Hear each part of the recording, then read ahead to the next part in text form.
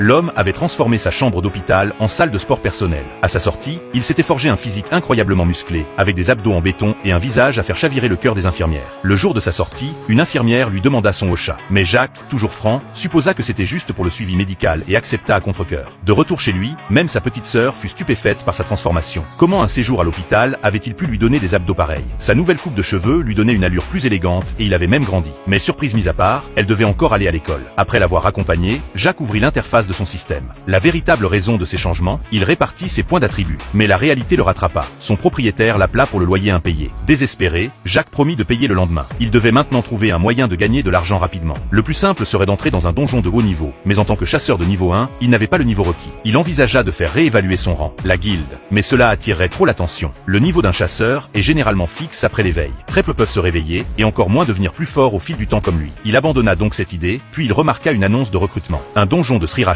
sans restriction de niveau. Jacques s'inscrivit immédiatement. Au point de rendez-vous, le capitaine de l'équipe l'accueillit chaleureusement. Le fait que Jacques soit niveau 1 ne le dérangeait pas. Ils avaient juste besoin de 8 personnes pour entrer. Et ils n'étaient que 6. Le rôle de Jacques était de porter leur équipement. Il n'aurait pas de part du butin. Le capitaine lui promit 2 millions en liquide après. Jacques accepta et signa le contrat. Mais quelque chose clochait. Pourquoi n'y avait-il pas de soigneur dans le groupe? Avant qu'il puisse s'attarder sur la question, l'autre membre du groupe arriva. Un chasseur de haut rang, équipé de matériel coûteux. Un fils de riche en quête d'aventure.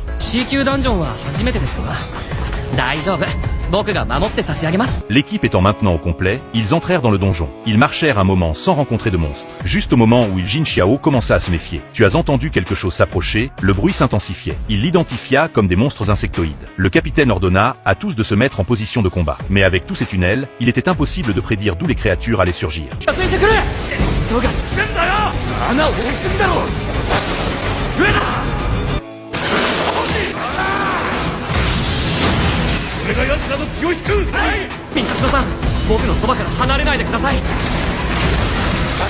Pendant que l'équipe se battait, Jacques et Lucianaos restèrent en sécurité à l'arrière. L'escouade coopéra parfaitement, chaque classe jouant son rôle à la perfection et maîtrisa rapidement les monstres ressemblant à des fourmis. Le mage lança un sort de haut niveau à l'arrière.